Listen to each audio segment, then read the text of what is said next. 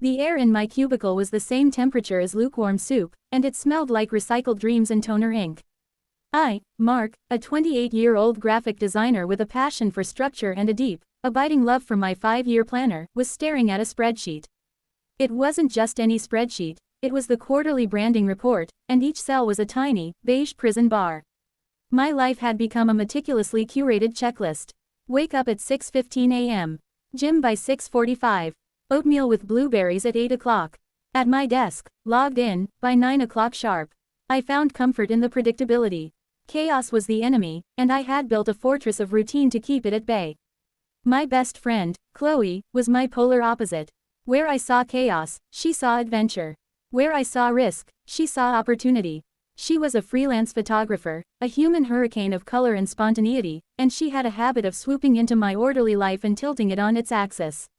This particular Tuesday was no different. My phone buzzed, cutting through the hypnotic hum of the office HVAC system. It was Chloe. Don't say no, her voice chirped through the speaker, bypassing any form of greeting. I sighed, already feeling my blood pressure spike. The last time you started a conversation like that, I ended up on a midnight kayaking trip and almost lost a finger to a confused muskrat. That muskrat was just enthusiastic, and you know it. Listen, my client in Portland just rescheduled. I have a 3-day window. We're going to Silverwood Falls. I blinked. The state park. Chloe, it's Wednesday tomorrow. I have work. I have a project due Friday. I have oatmeal scheduled. Mark, your soul has a scheduled expiration date, and it's coming up fast. This isn't a request. It's an intervention. A nature intervention. We leave tomorrow at 5 a.m. Pack a bag, and for the love of God, don't bring your planner. I opened my mouth to list the 17 reasons why this was a terrible, impossible idea. But then I looked back at the spreadsheet. I looked at the 5-year planner open on my desk, every hour accounted for in neat, soul-crushing script. I felt the walls of my fortress closing in. And for the first time, they felt less like protection and more like a confinement. A reckless, unfamiliar impulse bubbled up from a place I didn't know I had. Okay, I said. The word felt foreign on my tongue. There was a stunned silence on the other end of the line. Wait, really? No 7-point list of objections? No risk assessment matrix? I'll talk to my boss, I said, the commitment suddenly feeling very real and very terrifying. Somehow, fueled by a desperation I couldn't even explain to myself, I managed to secure 2 days of personal time. My boss, a man who appreciated my reliability, looked as surprised as Chloe had sounded. The next morning, at an ungodly 4:45 a.m., I stood by my car with a duffel bag I'd packed with military precision. Rain jacket, first aid kit, protein bars, water filtration straw, a compass even though my phone had GPS, and a change of socks for every day, plus 2 extras. Just in case. Chloe rolled up in her beat-up, sticker-covered Jeep Wrangler, her red hair a wild mane even at this hour. She took one look at my bag and laughed. You packed for a siege, not a camping trip. Ditch the duffel, you're riding with me. But my car has better gas mileage, I protested, my carefully laid plans already unraveling. And my Jeep has character. Get in, mister. Spontaneity. Let's see if you can actually walk the walk. And so, with a sense of profound unease, I climbed into the passenger seat. My planner was sitting on my kitchen counter at home. I felt naked without it. The drive was a blur of increasingly dense forest and Chloe's eclectic playlist, which jumped from 80s synth-pop to bluegrass without any apparent logic. I spent the first hour mentally cataloging everything that could go wrong. Flat tires, bear attacks, getting lost, food poisoning from questionable gas station hot dogs. We reached the trailhead to Silverwood Falls around noon. The air was different here, clean, sharp, and laden with the scent of pine and damp earth. The parking lot was nearly empty, a good sign according to Chloe, a bad sign according to my inner risk assessor. Empty meant no one around to help if things went south. The main trail to the upper falls is about 4 miles, Chloe said, slinging her professional camera bag over one shoulder. But I want to show you something better.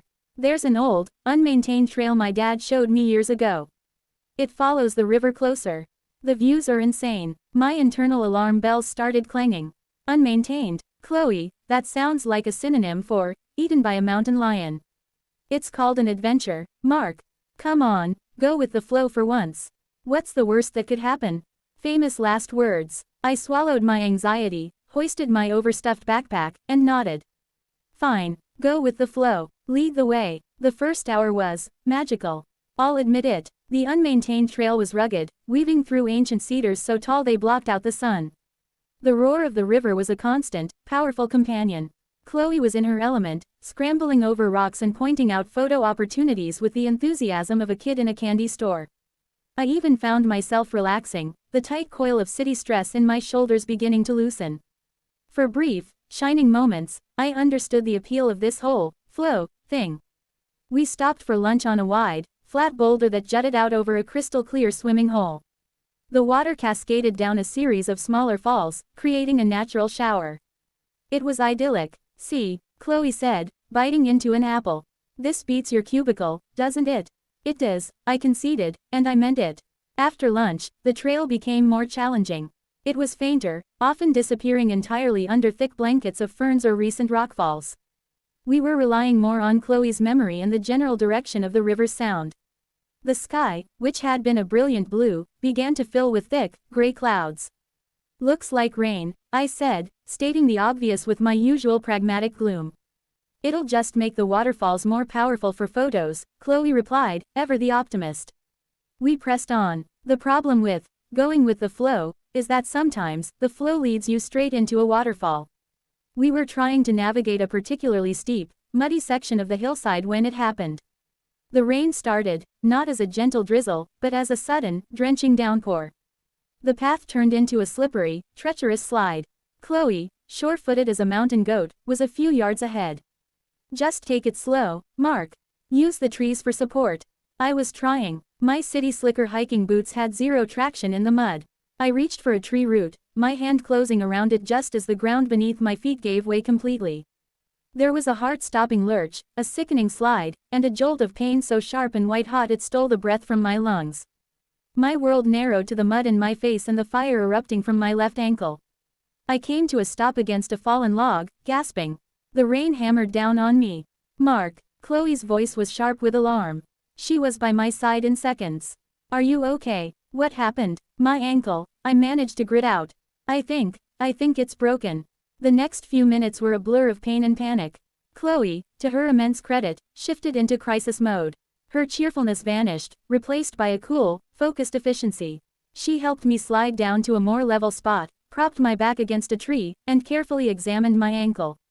It was already swelling, a nasty purple bruise blooming through the skin. It's a bad sprain, maybe a fracture, she said, her voice calm but firm. You're not walking on this. Reality crashed down on me, cold and heavy as the rain.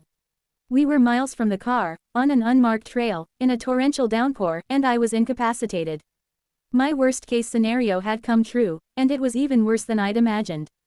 This is all my fault, I moaned, squeezing my eyes shut against the pain. I should never have agreed to this. I knew it. I knew something bad would happen. Hey, Chloe said, grabbing my chin and forcing me to look at her. Her green eyes were blazing with intensity. No, we are not doing that. Freaking out won't help. My fault, your fault, it doesn't matter.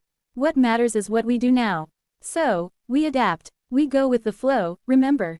The flow just broke my ankle, Chloe. This isn't some Zen philosophy lesson, this is a disaster. It's only a disaster if we let it be, she said, and I could have strangled her for her unwavering positivity. She stood up, scanning our surroundings. We can't stay here. We're too exposed, and the temperature is dropping. I saw a rock overhang about 100 yards back. It'll be dry. I'm going to get you there, and then I'm going for help. The prospect of being left alone in the wilderness sent a fresh wave of terror through me. But the pain was so overwhelming I couldn't even protest. Using a combination of her own strength and my one good leg, she half dragged, half carried me through the slick undergrowth to a shallow sandstone overhang. It was cramped and damp, but it was out of the rain. She dumped both our backpacks inside, helped me get situated, and wrapped my ankle tightly with a compression bandage from my ridiculously over-prepared first aid kit. See, she said, a ghost of a smile on her face. All that prepping wasn't for nothing. She handed me 2 water bottles, a pile of protein bars, and my emergency whistle. If you hear anything, or if you need to signal, blow this. 3 sharp bursts. I'm taking the main trail back. It's longer, but I know I can find it. I'll run the whole way. I'll get to the ranger station and bring them back. She was leaving. I was going to be alone. For hours. In the dark. Chloe, I said, my voice barely a whisper. She knelt down, her expression softening for the first time. Mark, you are the toughest, most stubborn person I know. You've survived a decade of soul-crushing corporate life. You can survive one night in the woods. I promise you, I will be back with help before you know it. And with that, she was gone. Her red hair disappeared into the gray-green curtain of rain, and I was alone. The first hour was the worst. Every sound was a predator. Every rustle of leaves was a bear. The throbbing in my ankle was a relentless, pounding drum counting down the seconds. I was cold, wet, and utterly, completely terrified. My mind, no longer occupied with the physical effort of hiking, spiraled into a vortex of fear and regret. I replayed every safe, comfortable, boring moment in my cubicle, now viewing it not as a prison but as a paradise lost. But as the hours dragged on, something shifted. The pain became a constant, a part of my new reality. The fear, having reached a fever pitch, began to exhaust itself. I had no other option. I couldn't run, I couldn't hide, I couldn't plan my way out of this. For the first time in my entire life, I was forced to be completely and totally present. There was no future to schedule, no past to regret. There was only the here, and the now. And the here and now, I began to realize, wasn't all bad. The rain slowed to a gentle patter, and then stopped. The setting sun, hidden behind the clouds, cast a soft, diffuse light through the forest. The air smelled incredible, like wet stone and blooming things. I heard birdsong, clear and melodic, something I hadn't noticed before. A family of deer, cautious and graceful, picked their way through the trees not 50 feet from my shelter. They saw me, froze for a moment, and then, deciding I was no threat, continued on their way. I was struck by a profound sense of smallness. My meticulously planned life, my deadlines, my spreadsheets, they meant nothing out here. The forest didn't care about my 5-year plan. It had its own rhythm, its own flow, and it had been going on for millennia without my input. My accident wasn't a personal insult from the universe, it was just physics. A slippery slope and bad footing. A strange calm settled over me. This was the ultimate, going with the flow. I had no choice. I was at the mercy of the elements, of Chloe's endurance, of pure chance. And in that surrender, I found a peace I had never known. I leaned my head back against the cool rock and just breathed. Night fell with an absolute darkness I had never experienced. The city always had a glow, but here, it was utter blackness. And then, the stars came out. Without a single shred of light pollution, the Milky Way was a brilliant, sprawling river of dust and fire across the velvet sky. It was humbling and awe-inspiring. I felt a connection to something vast and ancient, a feeling that no perfectly organized Google Calendar had ever given me. I must have dozed off, because the next thing I knew, I was jolted awake by a sound. A crack of a twig. My heart leapt into my throat. I fumbled for the whistle, my mind instantly conjuring images of mountain lions and coyotes. I saw a flicker of light through the trees. A beam, swinging back and forth. Then, a voice. Mark, Mark, can you hear me? It was Chloe, and another, deeper voice. Search and rescue. Call out if you can hear us. Tears of relief sprang to my eyes. I put the whistle to my lips and blew 3 sharp, piercing blasts.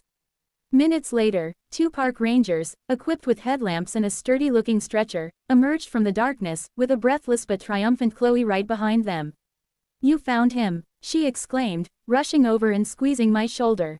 I told you I'd be back. The rangers were professional and efficient. They assessed my ankle, gave me some water, and carefully loaded me onto the stretcher for the long, careful hike back to the trailhead. As they carried me through the night, the beam of their headlamps cutting swaths through the inky blackness, I didn't feel fear or regret. I felt a quiet, profound gratitude. The rest of the story is a bit of a blur. A long, bumpy ride in the ranger's truck. A trip to a small county hospital where an X-ray confirmed a severe ligament tear, but thankfully no broken bones. A bulky air cast, a prescription for painkillers, and a pair of crutches. We got a motel room for a few hours of fitful sleep before beginning the drive home the next day. The car ride was quiet for a long time. I was staring out the window at the passing trees, now looking familiar and almost friendly instead of menacing. I'm so sorry, Mark, Chloe finally said, her voice heavy with guilt. I should never have taken us on that trail. You were right, this was all my fault. I turned to look at her. She had dark circles under her eyes, and her usual vibrant energy was subdued. She had run for miles in the rain and dark to save me. No, I said, and I was surprised by the conviction in my own voice. It wasn't. She glanced at me, confused. What, after all that, I told you so, stuff? I was wrong, I said simply. About all of it. Getting hurt sucked. It was terrifying. But what happened after was important. I tried to put it into words. I spent my whole life building walls because I was afraid of what was on the other side. I thought going with the flow was just about being careless. But it's not. It's about accepting what you can't control. It's about finding peace even when your plans explode. I was stuck under that rock, and I had no control. Zero. And it was in that moment, when I finally stopped fighting it, that I felt more alive than I ever have in my safe, predictable life. I saw the stars, Chloe. I really saw them. Chloe was silent for a moment, a slow smile spreading across her face. So, what are you saying? You're gonna sell all your stuff and become a forest monk? I laughed, a genuine, hearty laugh that felt good. No, I'll probably still use a planner. But maybe I'll leave a few blank pages. Maybe I'll schedule in some unplanned time. The point is, I'm not afraid of the flow anymore. I respect it, and I know now that even when it leads you somewhere scary, you can find something beautiful there if you just stop panicking and look. Back in my apartment, the beige spreadsheet was waiting for me on my computer screen. But it didn't feel like a prison anymore. It was just a spreadsheet. A tool, not my life. A few weeks later, when I was off the crutches but still in physical therapy, I framed the X-ray of my ankle. I hung it on the wall next to my desk. My coworkers thought it was weird. But for me, it's a reminder. A reminder of the night the flow took me somewhere I never expected to go. It's a reminder that sometimes, the most important journeys aren't the ones you plan, but the ones that find you. And it's a reminder that the scariest detour can lead you to the most breathtaking view, even if you have to get a little banged up along the way. So, if you're someone who lives by a checklist, who fears the unexpected, I'm not telling you to throw your planner out the window. But maybe, just maybe, leave a little room for the unplanned. Because you just never know what might happen next.